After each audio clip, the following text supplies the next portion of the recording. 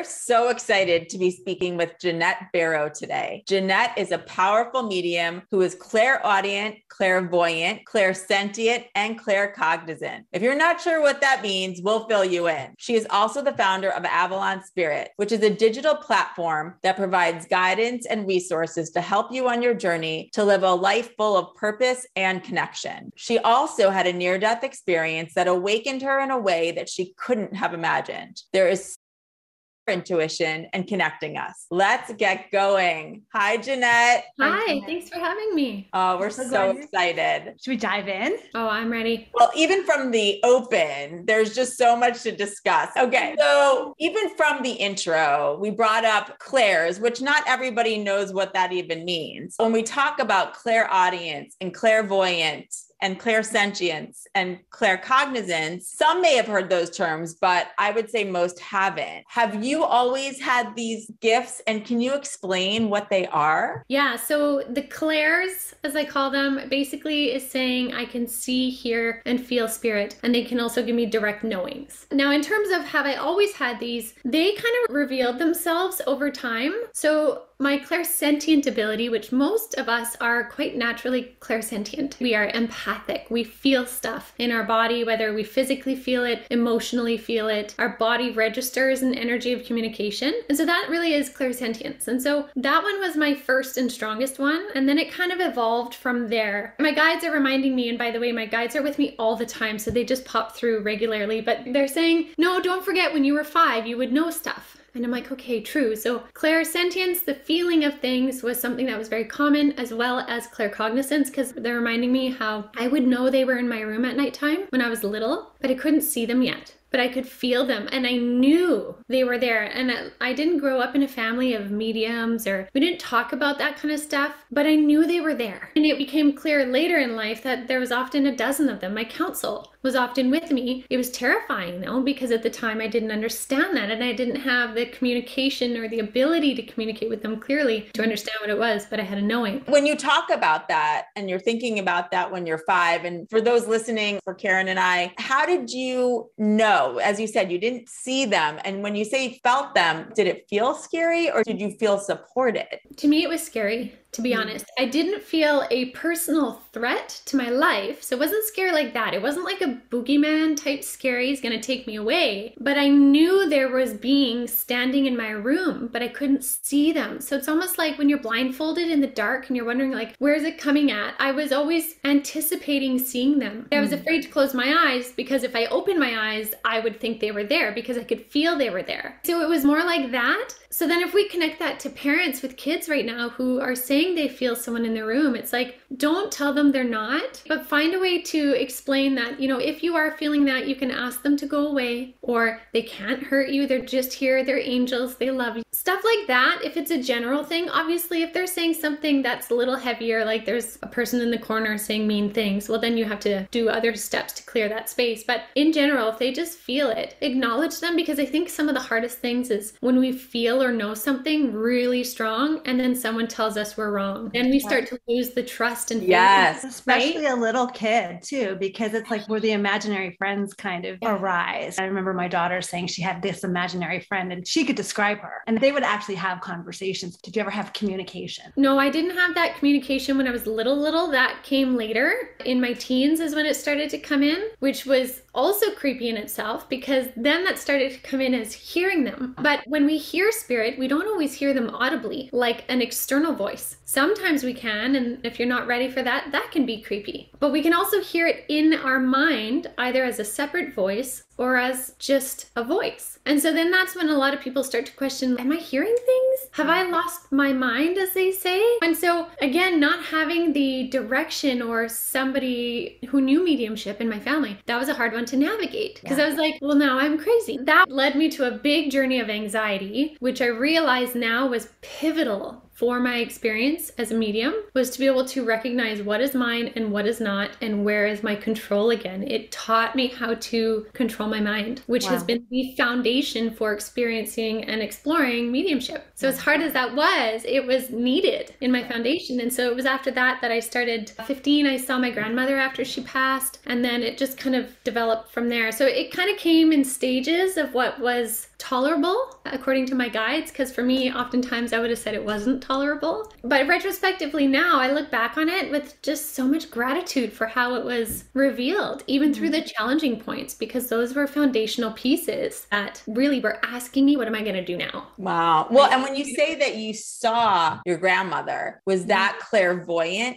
How did you see her? Was that in your mind's eye, or was that in front of you? Yeah. My grandmother, she was the first one that I saw for sure in spirit, but she came through in dream state. So what happened after she had passed, her and I were really close, but we never talked about her visiting me after she passed. We never discussed those kinds of things. When my grandmother passed, I remember being terrified she would visit me. I don't know why, again, a claircognizant knowing she would come visit me. I was terrified, and I remember spending the first 2 weeks every night going to bed terrified. Literally saying, please don't scare me, please don't scare me, please don't scare me. And I would finally fall asleep. And finally, about 2 weeks after, once I kind of settled my energy, realizing like, okay, she's not gonna come scare me. She came through in a dream, but I had fallen asleep, and she walked into my bedroom door in her white blouse that she would wear with her royal blue slacks that she would wear. And I remember she walked in, and I sat up and I was like, you found a way to do this without scaring me. And she said, yes, I would never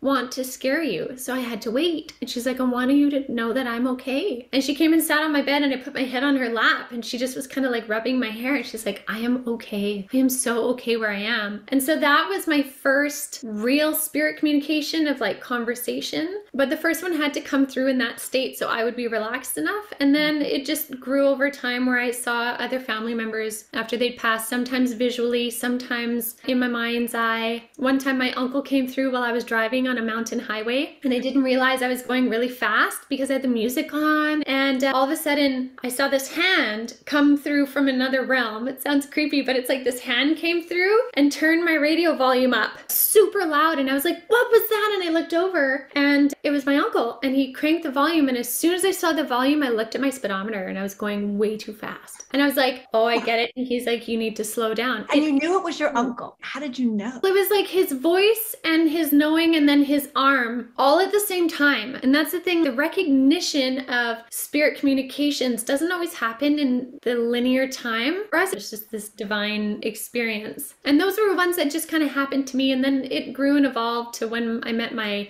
lifetime guide, and he literally called my name down the hallway. I think I shared that story with you. Yes, you need to tell that story. Yeah, so this was when spirit was coming in and basically telling me, Ginette, it is time to step up, okay? Enough running and hiding. You need to step into who you are. This was beginning early 20s, and I was doing laundry in my bedroom, and I hear this voice. I'm home by myself. I had my cat at home by myself, folding laundry on my bed, and I hear this male voice say, Ginette, look down the hall.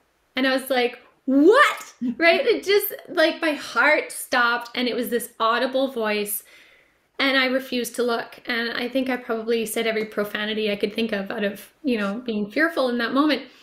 And again, he's like, Ginette, look down the hall. And so I remember I was holding my laundry, shaking, and just so slowly turned my head. And at the end of my hallway, sort of like a hologram, but very visual hologram, like this wasn't in my mind's eye, it was outside for my eyes to see, was this man in military fatigues. He had a t-shirt on, like a tan colored t-shirt, combat pants, and his boots. And he was standing there at the end of my hallway, dark hair. And the thing that changed for me in that moment was my cat was sitting in front of him, looking up at him, wagging her tail. And so I knew that she saw him. And this was after I'd had all my anxiety and wondering, you know, am I crazy? Am I not? And I'd found the way through my own mind and had settled again. And then spirit was like, all right, now that she's done that, we're going to bring in visuals. And so that's when they just really brought it home with Andre, my guide. But it was a moment that when I saw my cat see him, I knew for me that I wasn't making it up. And so I almost felt this moment of liberation then, that I was like, I am not going to run from this anymore. I am now going to learn everything I can. And so that was a pivotal moment of me deciding to dive in versus push it away. And kind of funny, validation by a cat. Right. Yes, I love that. Totally. Yes. And they're little angels here on earth. So when you say that was the moment you really accepted that you wanted to dive in, what did you do? What did that mean for you? So I think opening to spiritual things, especially spiritual gifts, if we could call it that, is an unraveling of your limitations. So you're having to confront anywhere that you have a limitation and discover how you're going to unravel it. So what I needed to do first, because I am also a very brainy person, I needed to gather a lot of information. So I started watching every show I could about ghost hunters, paranormal experiences, mediums. I just dove into immersing myself in everything I could get to give me tools to make sense of what was happening. So I did that. I read a lot of books. And then it kind of led me into joining a mediumship circle. And through that, I met two beautiful mentors that helped me kind of at different stages to really help me open up. And it was just continually being willing to meet and open up the limitations. And I can say that very easy. That's not a super smooth ride, as I'm sure most people can attest to with spiritual things. There's some times where you really meet something, a concept, an understanding that challenges so much of who you are. And so sometimes I would meet something and be like, I can't even wrap my brain around that at all. So I'm just going to leave it there for a while. And then 2 years would pass and suddenly I would have the foundation pieces to come back to that and it would just open and blossom. So it's just a progression. I love the way you put that about unraveling the limitation. Oh my goodness. What a good way to look at it. That's an aha for people, I think, because when you're dabbling in this world, it can feel very daunting. And yet it takes a while for it to be looked at as a gift, doesn't it? Like so many of us, I don't have the extent of your gift that you practice, but I think that there's so many of us that do have like this little yearning to explore and do more. And yet we put that wall up, and yet that is your gift. That is what you came to do and practice. So what I find interesting, and I have done this too, but I've also witnessed other people do this, is we have a desire sometimes as humans to be like, give me all the information. We are so used to Googling something, looking this up, having instant access to information. And I find with spiritual things or accessing different realms or them becoming real, we want it, but it will be revealed in a timing that works with you, which may be different, because I have had some friends who are very gifted, very, very gifted in their own right, but not in clairvoyance. They may be very clairsentient, claircognizant, so they know stuff, they feel stuff, but they don't see stuff. And sometimes I've seen it where spirit decided to turn that on for them, and them suddenly seeing a whole bunch of things in the room just totally short-circuited. What a good point. Reality in that too much. So I think that's also a thing to remember when we're on this path, is to really move with the ebb and flow of the information in the openings. Because if I was to take everything that I can access or know now and say I had been given that download that day with Andre in my hallway with my cat, if they just suddenly were like, zoop, now you can do all of that, I think it would have actually essentially fried my mental construct of this reality. It would have bent it too far and it would have been too hard to recalibrate. And to that point, where was kinesiology at that point in your life? Because that's something that I know you studied and you practice. Was that an inkling that you thought maybe, well, I'll try to prove certain things in a way that's somewhat different, but kind of almost like these hints that you had growing up? And so tell us, where did that... And explain what kinesiology is. Thank you.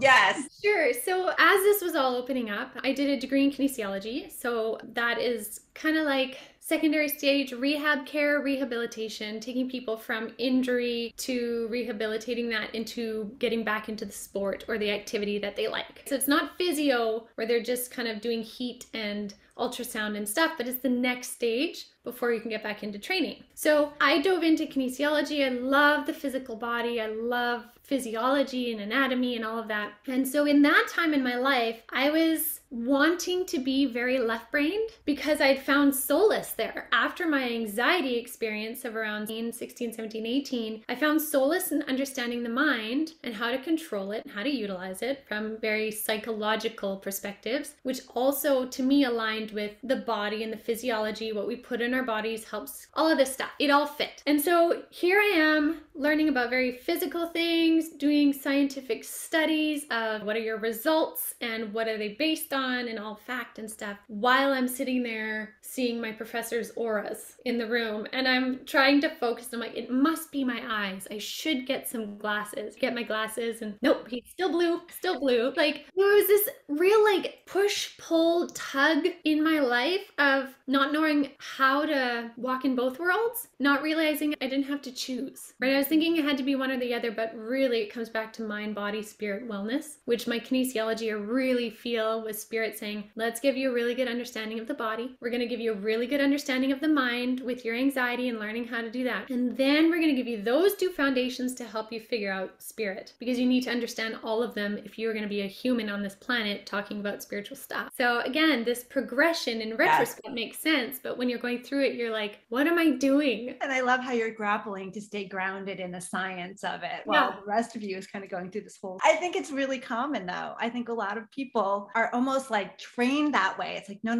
I have to keep both feet in the physical world. I'm glad you took the leap. Yeah, right? It's a big leap, that's for sure. So then where did your near-death experience fall into all of this? Because Karen and I happen to know that this was another phase of your opening. So by the time of my near-death experience, which was August 2019, I had already been doing mediumship for a decade. Oh, wow. So when did you decide that you were going to make that your profession? Yeah, so when I was already done my degree and practicing as a kinesiologist, I was also somewhat practicing as a medium, but on the down low. Got it. So with my clients and stuff, I could know if they were maxing out on their exercises because I would feel them, not just what I was perceiving, not their rate of exertion, all those things, but I would literally feel it. I would see someone's aura. One time a client came in and I was like, you are not fit to train today. Your aura is murky green. You're ill. And he's like, yeah, my lungs are really bad. And so I was like, you got to go home. So basically what happened with kinesiology is I started getting too busy with mediumship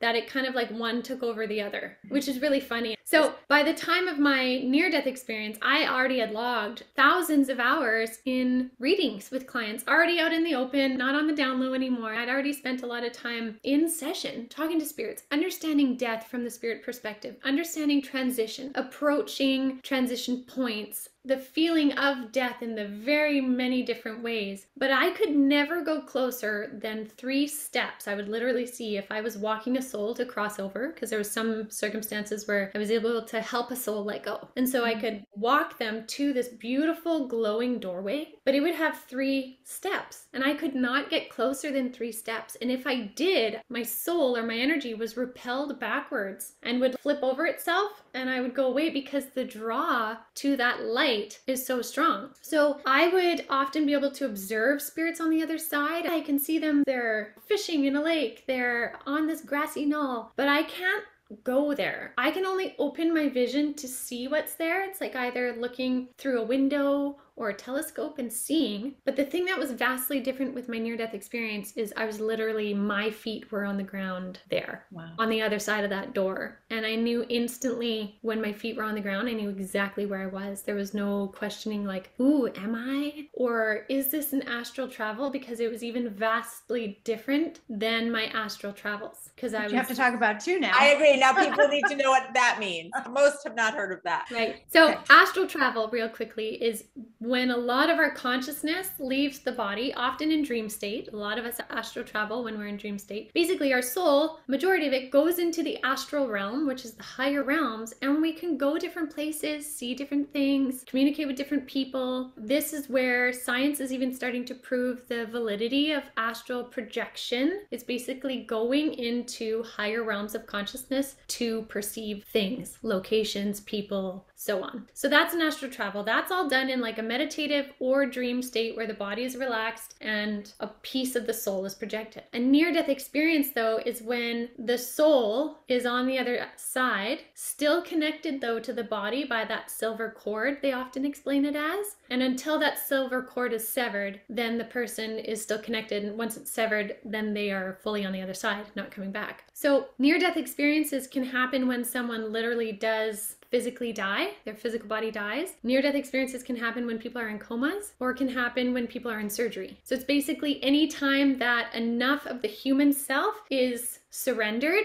basically, that the soul can pop out while still connected, visit around, and then choose whatever it is they're going to do. So that's kind of the difference. Thank you. So tell everybody what happened to you. Yeah, so for me, my near-death experience landed on my journey very much destined, although I didn't realize that until after. Again, retrospect is a beautiful teacher of clarity. For me, I had been struggling with hemorrhaging in my monthly cycle for years, and it basically led me to finally having to have surgery to try and mend that situation. Now, what I realized now was that surgery was an opportunity for me to hit one of my exit points that was predetermined. And so what happened is when I was going into surgery, I remember having this utter excitement for surgery. And I've had surgery before, and I'm not usually like, yeah, let's go, let's get this done. I'm kind of a little unnerving, but there was this weird excitement in this experience. And so I remember assuming that I'll probably have an astral travel or some sort of experience. But as soon as they gave me the gas to kind of knock me out, I just appeared on the other side. Wow. That's unbelievable.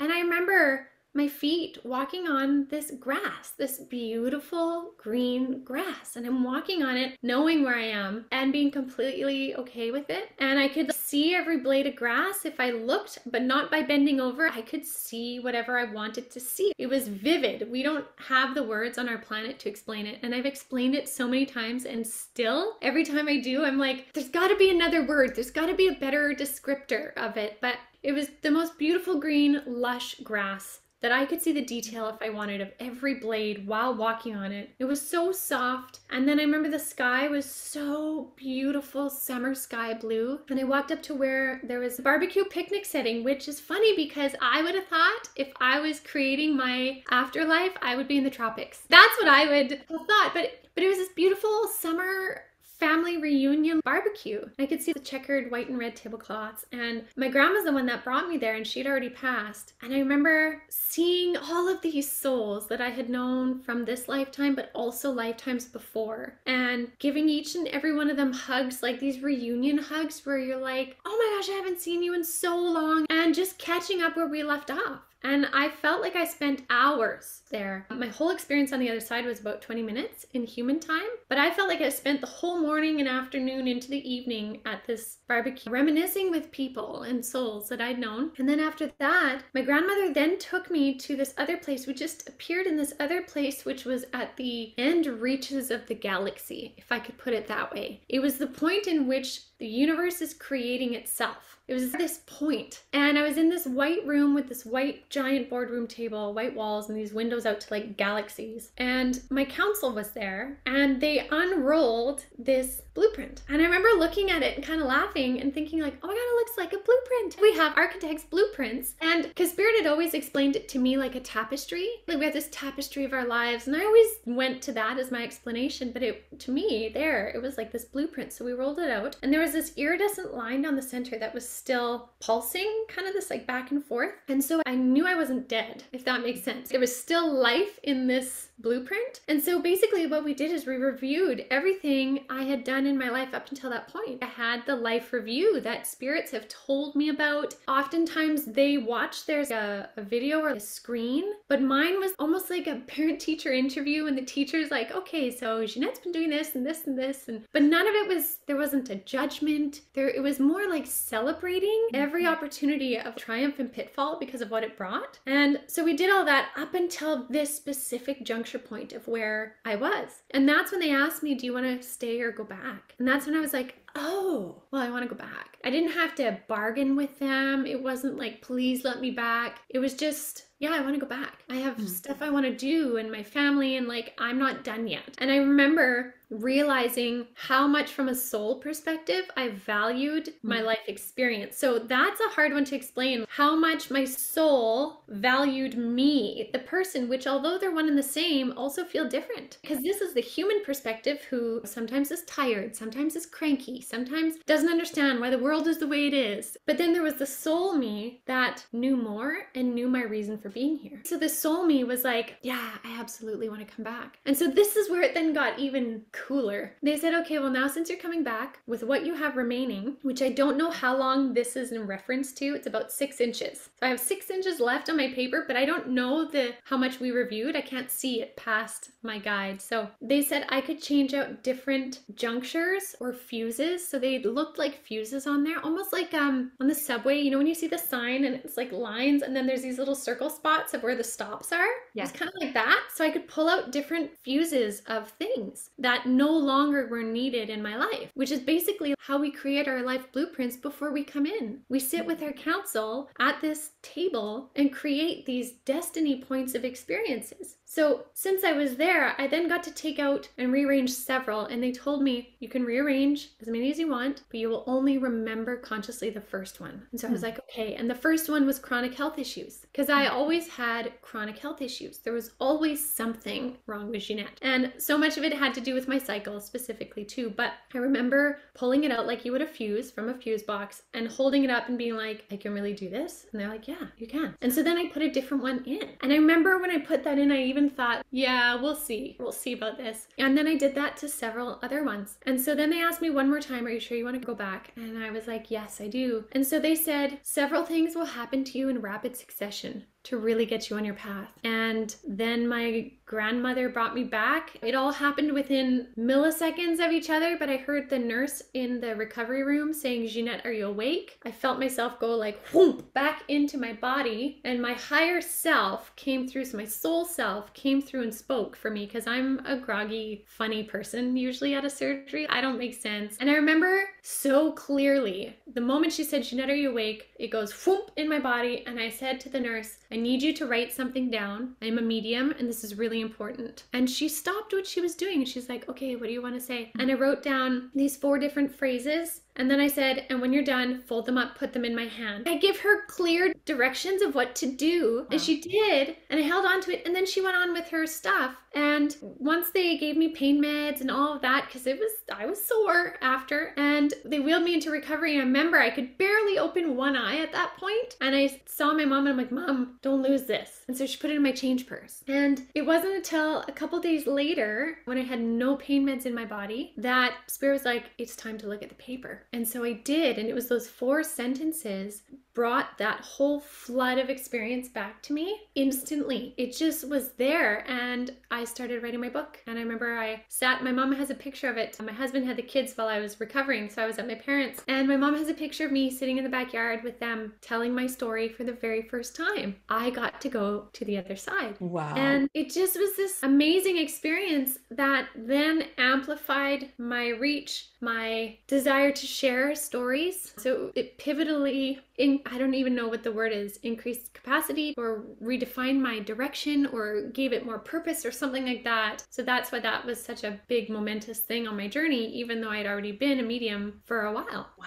Can you tell us what those 4 phrases were? Yeah. So this is the paper from my surgery. So one of them was Great Baba, which is my grandma. She's Ukrainian, so we call her Baba. So it was that, tree roots, time to entwine, and went far. Most people would be like, well, what is that? But each of them, the frequency, the symbolism, they were all the things I needed to bring that energetic piece back, just like we get with mantras or sacred words, right? They're frequencies through words to bring about an understanding. And it is still beyond my ability to fully explain. Well, it feels like an unlocking. You had locked it before you left, and that was your code to unlock it, which we talked a little bit about frequencies before we started today. I think just talking about frequencies for a moment, I think is important to even have a greater understanding of what you're talking about, why those phrases meant something, why different energy in general can either close or unlock something for you, but you also have to pay attention.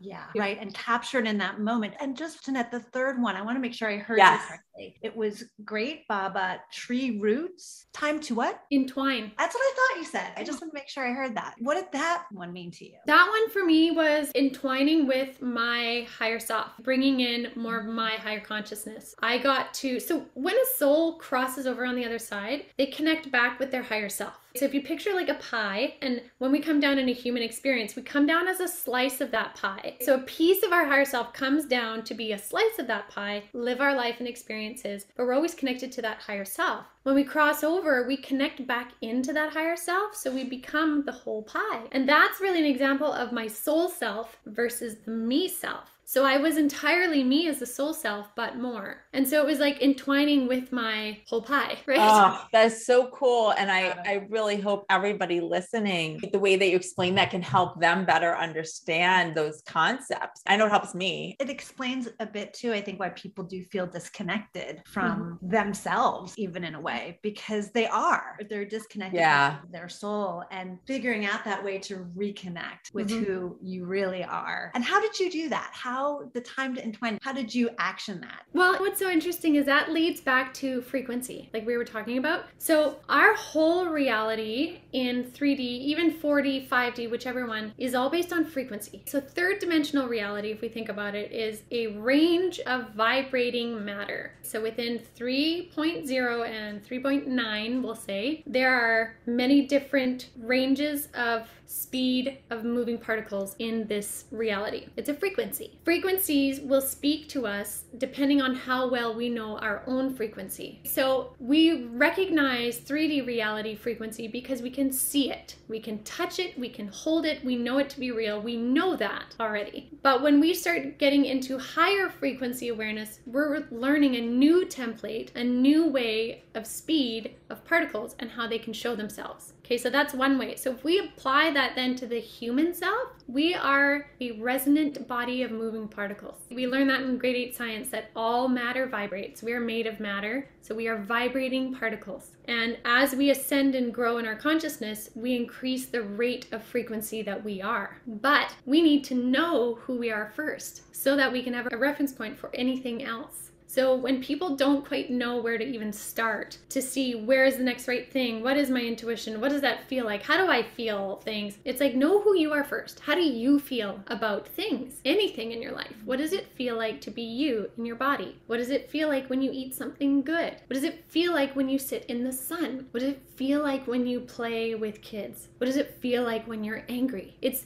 becoming aware of what it feels like to be you first, so that as soon as something different than you comes across your path that is not necessarily seen, but it's the energy, the frequency, you will recognize how it differs. And when you recognize that, you can ask yourself, does this differ in a way that I like it and it adds? Or does this differ in a way that it takes away or it's disharmonic? For me, it's like, I don't like that. And then that's when you start living in alignment with your frequency, which really is the basis of how all interactions take place, is based on frequency exchange. Do they match? Do they not? Do we want to step up and merge, or are we going to stay lower? Yes. The way you described that, Ginette, was perfect. Well, and it also adds to your background as a kinesiologist. I feel like there's just no coincidence that here we are talking about frequency and measuring that, and your professional background before you even thought about becoming a professional medium or intuitive or healer teacher. It's pretty remarkable. Yeah, it gave a really great foundation to understand that, and even how it plays into genetics and how our cells, our cells are reborn on average on a yearly basis. If we just give a number, every year we renew our cells. Well, we renew them based on the frequencies of the food we eat, the thoughts we think, the environment we're in is all frequency. If we give it the right stuff, it's going to reprise a better program. So,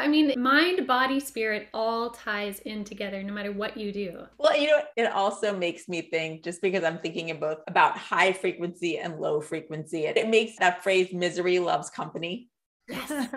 Yes. Right? I just was thinking about. Absolutely. I'll just speak from my own experience because I know everyone's is different. But if I am in a low frequency, if I'm really bummed out, or I am putting on the victim thinking hat because something really crappy happened, and maybe it was really not fair, but if I stay there, I'm going to stay really low. And the longer I stay there, the harder it's going to be for me to pick up and make it higher, because we have to then consciously choose. And that's the hardest thing, is we have to consciously choose to change our frequency, which one of the easiest ways to heighten your frequency is laughter and joy. But we have to consciously choose that. And when we're really low, we sometimes don't want to. And so then we're choosing to then stay low. And so to actively change your frequency is a hard thing to do, which is why a lot of people get stuck. But here's the cool thing. My guides are like, share it, is one of the easiest ways to change your frequency or to have help with it is using music. Yes. Yes. Permeates. Yes. So if you're really low and you recognize, okay, I gotta change this. I don't have the energy. I barely can get out of bed, but I know I have to change this. Put on, say it's Bob Marley. That changes the frequency, and let that music merge with yours and it'll help pick you up. Music is so key. It's so true. Such good guidance. Yeah. Can I jump in? I want to ask a little bit about your guides. You mentioned Andre earlier. Did he introduce himself as Andre? And then tell us about your other guides and how you got to know them as well. Yeah.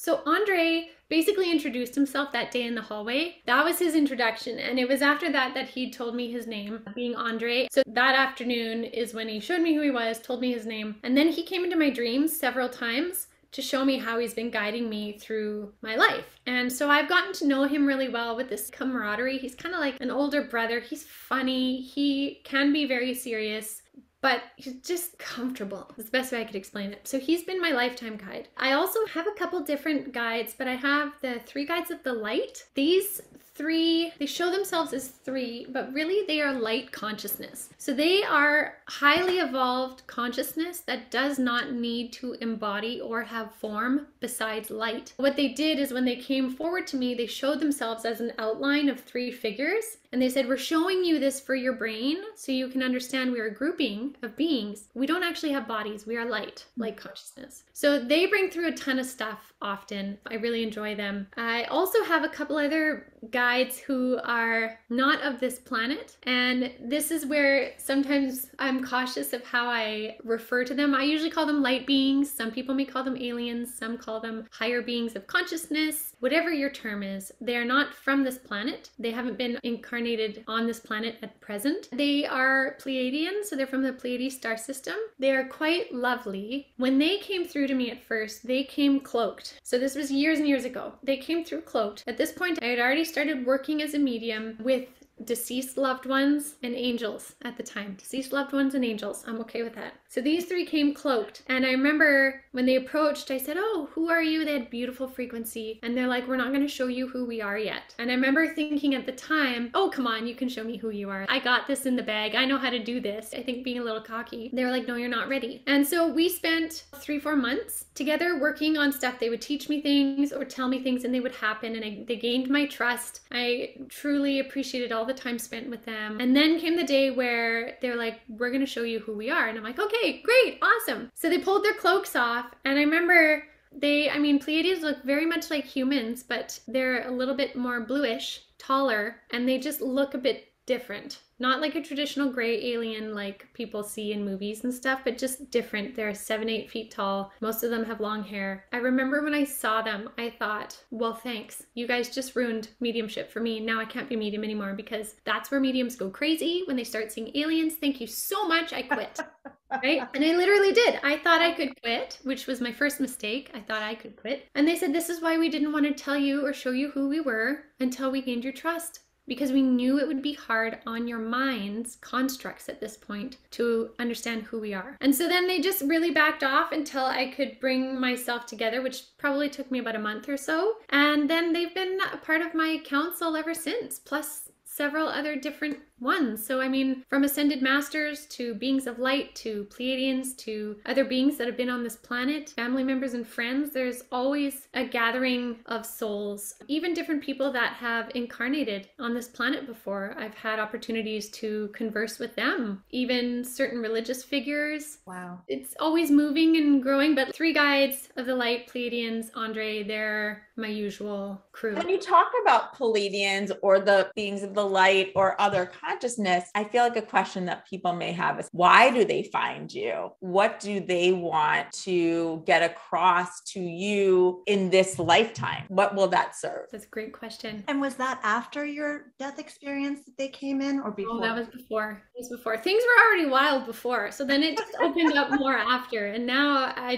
don't resist is basically what it is. They are here. Any of these higher beings, even spirits that have crossed over. I've talked to many people who were alive recently, last couple of years, have crossed with a purpose of helping humanity ascend. So whichever layer we're talking about, the planet Earth is not the only inhabited planet in all of the galaxies that are out there. That's a good way to kind of even start to crack that shell if that's overwhelming. It's just the probabilities. So then if we take that a next step further, within our solar system, we are not the only inhabited place based on dimensions even. Sure, the 3D land of Venus is too hot, so they say. But what about fourth dimension frequency and fifth dimension frequency, right? So that's even in our own solar system. Then if we look in our galaxy, there are many different worlds within our galaxy that are inhabited in some form based on probabilities. So what I'm getting at is that within our galaxy, we have several different groups or conglomerate groups of higher ascended civilizations that are wanting to help Earth and humanity ascend, because it is time for humanity as a species to ascend into this next level of consciousness, which is why a lot of people are awakening right now. We're not doing it alone. We have help, just as if I use Pleiadians, for example, from the Pleiades star system, they had help many, many moons ago in ascending and growing. So they've gone through the ascension process that Earth is going through right now, which is why they want to help. And many years from now, once Earth has ascended to that 5D status, Earth will then help some other place. Humans will be the new Pleiadians to some other group. So it's this helping and growing and expanding that is beyond simply our planet. Oh my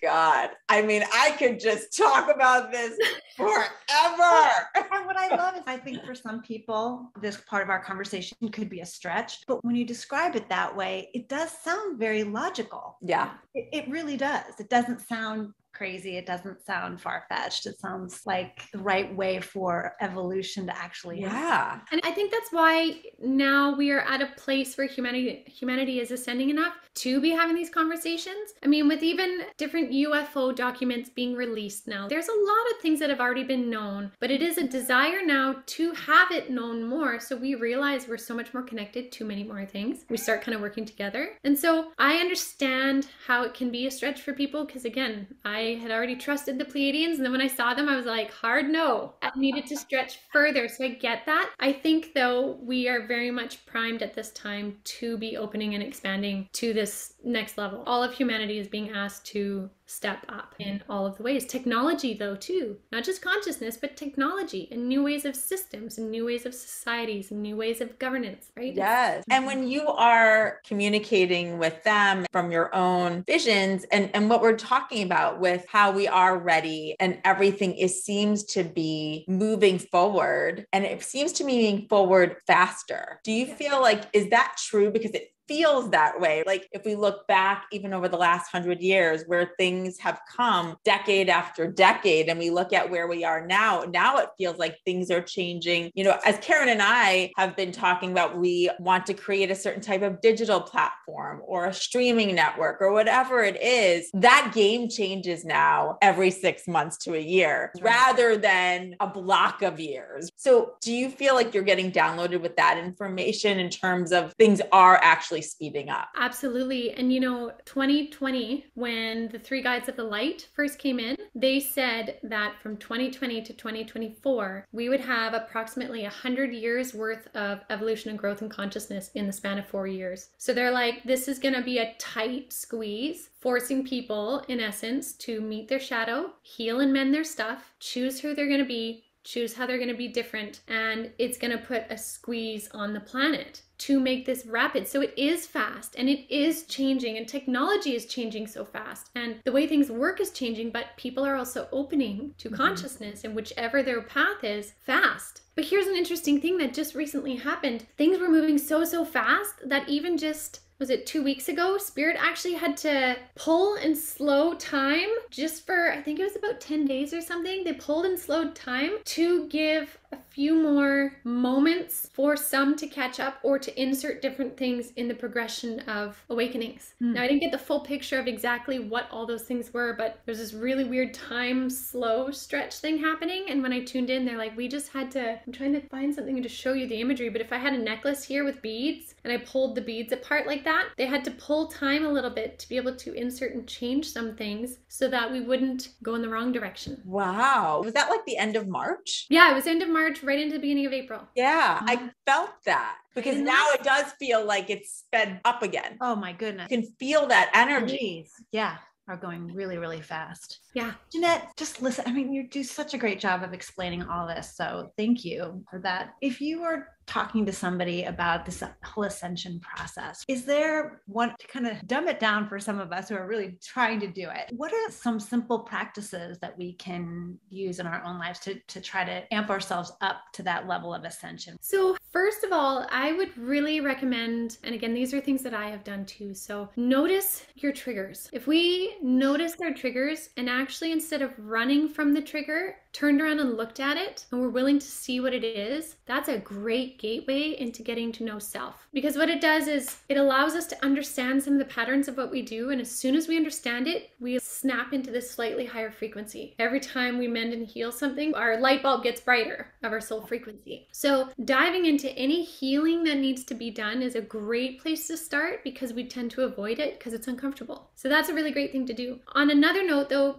parts that don't need the healing and the deep digging and all of that is spending time getting to know self. And I'm always reminded of Runaway Bride with Julia Roberts, but there's a scene where she finally realizes she was always doing whatever her husband or fiance wanted. And she realized she didn't even know what kind of eggs she liked. So one day she sat and she made herself scrambled eggs, poached eggs, over easy, omelet. And she tried them all to see what she actually liked. And she's like, oh, I realized I hate those three, but I like this one. She was willing to take the moment to get to know her. So it's like, date yourself. Figure out who you are, because when you do that, you will know your frequency. And then when you know your frequency, you will know what things you're drawn to. You'll know if spirit comes near and is giving you insights. You'll feel the frequency. You'll feel the frequency of your life path and purpose. So I think if there was two simple things to do for the human self to open those doors and crack those doorways, would be those. And then from there, it's like following the pull. What are you drawn to? Are you drawn to tarot cards? Are you drawn to... Well, and I think your point too about figuring out your frequency and knowing that your frequency will continue to change. So as you become more of who you are, and or you recognize the certain times where you're at a lower frequency, but you're able to raise yourself back up to whatever level you've been at, and then you're continuing to ascend, and then you are attracting other frequencies that are like yours. And at certain points, you're able to recognize when you are not communicating with other right frequencies. So when something doesn't feel right, having the ability to walk away from that because it's not syncing with where you are in life is important.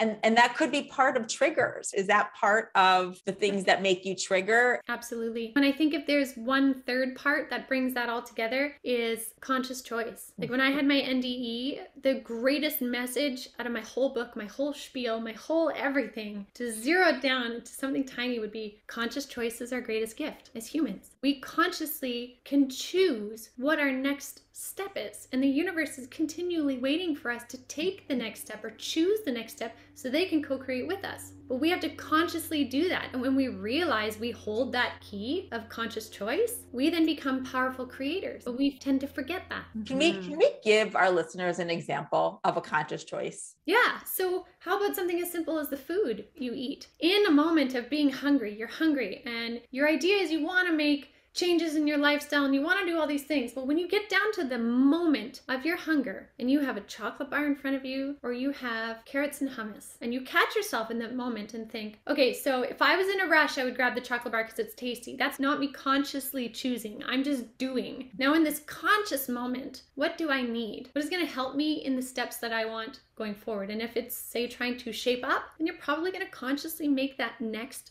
right choice. And so I think we need to remember that conscious choice are the choices in the moments. It's not the big design plan. It's what am I doing now? What are the next steps in the moment? Just as much as if you were to consciously choose that chocolate bar in the moment, well then go for it. But consciously choose to enjoy the chocolate bar for the moment. Exactly. Yes. Don't just surf it and be like, oh, I shouldn't have. It's like, yes. No, so I'm going to enjoy this, keep it in the right frequency of my body, and move ahead. That's huge. It is all about the choice in the moment and being present in that moment when you make that choice. And I go back to the music too, because the music is something when you're really in a bad mood, you're down in the dumps, literally. You don't necessarily, sometimes you want to relish that a little bit, but you can make that choice of just to put music on and not feel better, but you can allow that music to kind of bring you up one level in your frequency. In that moment. moment, you could be in a really dark moment of total anger. But if you can even catch consciously in that moment, be like, I am so mad right now. I am so mad. And I'm on the verge of either yelling at Joe Schmo over there, or what can I do to honor my anger right now? And it's like, okay, well, I have this whole basket of stuffed animals. So I'm going to consciously choose to be in my room here. I'm going to throw these stuffed animals at the wall as hard as I can. And even in that moment, you're consciously choosing to do it. It's not false positivity, but it's just recognizing that in every moment, you choose, what do I need to do here? That's right. Instead of bypassing or pushing something. Sometimes you need to feel it. And I think there's sometimes too where we don't know better, but then when we know better, we can do better. Yes, exactly. We didn't know better before and did a thing. We can't beat ourselves up for not knowing better, but now we do. Better choice. It's just consciously choosing in those moments what we can do. I love that. And that's the work we're here to do. Yes. So being able to recognize that for what it is, that's what I'm here to learn. And so are those the kind of lessons that you talk about in your book, Avalon to Aurora? And I'm assuming, is that the book that came out of your near-death experience? Yes, absolutely. In there was lessons to guide your life on earth. Lessons imposed to me from that whole experience of how we can live more consciously and really make the most of this experience. Because again, from my soul perspective, I was like, wow, do I ever value a human life, my human life? Not for fear of immortality, because on the other side, I was like, well, there's no immortality. Like, I'm right here. I'm no different is how I felt. But how much I can gain and learn and grow in this existence. And so part of that even speaks to not wanting to give up what I'd already accomplished because of how much more I could do. So for people, for example, I talked to a client the other day who was like, I used to be a not good person, but I'm a good person now. And so if I can at least show people how to do better, then I'm doing something. And I was like, oh my God, exactly that. It's now that you are who you are and you can understand that you are a beautiful teacher for people. So make the most of the time you have now. The moment you choose that your life has value is the moment where you sit in the driver's seat of that co-creation. You're not meant to just suffer or be horrible or be limited or any of those things. We all have experiences to bring us to a point of being able to share, teach, grow, all of that, because our reason for coming to this planet as a human is to both teach and share and learn. Teacher and a student at the same time as we're moving through. That's what it's about. That's so true. And I also want to point out to those listening that you didn't feel any pain when you crossed over. I think that there are some people that are actually scared of pain in that sense. So what's really interesting is, for me, it was just so seamless. It was just, now if I speak to the experience of having talked to thousands of souls who have crossed over in the various different ways, some from being shot, some from being in a car accident, some from being murdered gruesomely, some from having illness or disease, instant passings, heart attack, you name it. They only hang on to the idea of pain if they're still in the trauma of it, but it's still not even the pain. What happens most of the time, 99.9% of the time, I will put it that way. And this is something that I knew as a kid and didn't know how I knew until Spirit explained it. But anyway, if we take the example of somebody having a head-on collision, say with a semi, okay, so little car, semi. What I was shown one time from one spirit is that when the car was like a millimeter away from hitting the semi, like that frozen moment in time is when the soul popped out of the body. It was out right at that moment. So they didn't have to feel the impact, right? Most of the time, again, 99.9, I will say, because I can't say 100%, but majority of the time, the soul will actually leave or detach a certain amount from the body so they don't feel the pain. And even you hear this with some people that have near-death experiences from an injury, but then choose to come back. They don't remember getting the injury. They're on the other side, but it isn't until they come back in after choosing to be human that they register the pain. So we're not meant to take that pain with us when we're crossing over. That's really helpful. It is. And truly, leading up to my experience, I already had such a belief that we continue on, all of this, but if there was a shred of doubt or questioning, it's completely gone now after that experience. Like, we do not cease to exist. We carry on. We actually feel more full than how we are here. It's only in the human experience that we feel an idea of separation or limitation in our human constructs. So when we come to that time, it is a reunion, it is a homecoming, it is a breath out. That's how I could explain it. Oh, and I loved how yours was a family. Speaking of experiences, can you tell us a little bit about how, if someone has a session with you, what would they expect as an experience with you? So if it was in mediumship,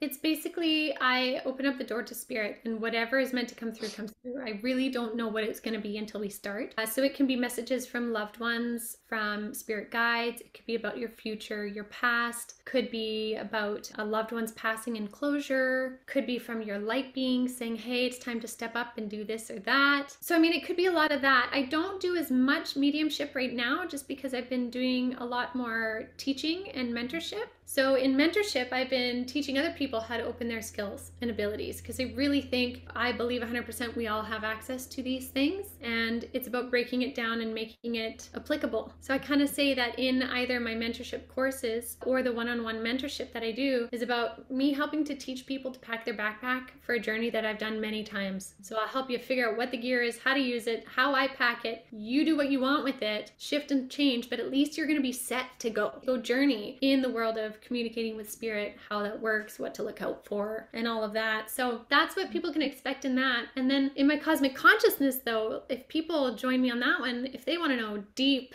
dives into things, that's where we really expand consciousness, and I bring through channeled messages, divine insights about whether it be different light beings, consciousness of water, or what is solar consciousness, what is Earth doing to hack the matrix, what is, you name it. I'm signing up. I mean, we are there.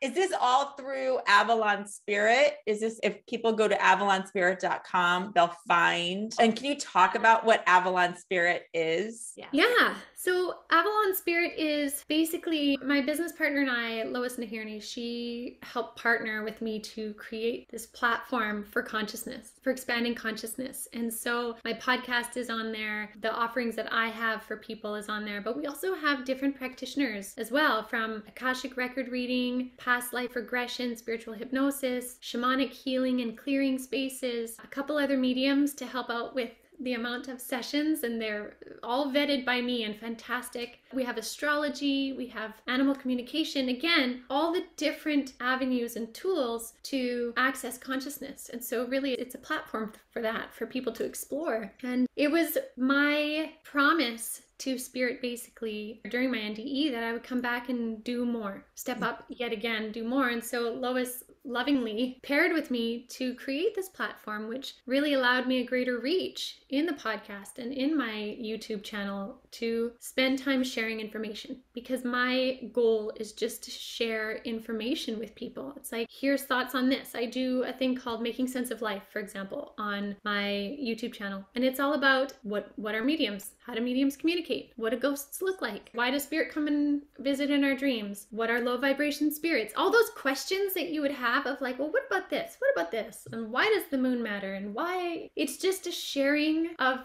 info to find people at the right time. There's so much. People need to take advantage of all of the information that you're sharing and the wisdom that's coming through you. I feel like we have so much to learn. We do. And that you break it down to very basic questions and answers, because as we know, there is so much and you can go really deep. I want to know the answers to some of the questions you even just raised. So it's all on the YouTube page. If you love go there, there's tons there. So I'm going to tell everybody right now that if you want to find more from Ginette, you can go to avalonspirit.com. You can follow her on Instagram at Ginette, GinetteBiro.medium. That's her Instagram, is GinetteBiro.medium. Facebook is at Avalon Spirit, and YouTube is at Ginette Biro Medium. We're so grateful. I know that our frequencies have aligned. I really feel like there is a reason that we are now connected. I feel we are so aligned in what we all want to do and help awaken others and help humanity ascend. Absolutely. It's at this time right now. These are divine alignments at this time to create this wave of awakening. And so I love that there's many souls doing this. It's about people coming together So that's why I love what you guys are doing with the Seeking Center. It's people coming together to offer avenues. Yes. By the way, you also have your book, Avalon to Aurora, which people can find on avalonspirit.com as well as on Amazon, correct? Yes. Right. Great. And if we're interested in those classes, those are also there as well, and the mentorship experience. Yes. And also, there's a couple other classes available too that people can get online too. So if people want to dive into Pleiadians and Arcturians and the Galactic Federation, there's a section on that. And I'm putting out more stuff all the time. I'm so passionate to do that. So people can keep checking the website every once in a while for new offerings. We will. Thank you so much, Ginette. I learned so much. I feel like you did too. Oh my gosh. I have a list here that I've been just writing down. So thank you for doing that. Wonderful. Well, thanks for having me. Thank you so much, Ginette. Thank you, Ginette. I'm grateful, and thank you guys for this beautiful opportunity and platform.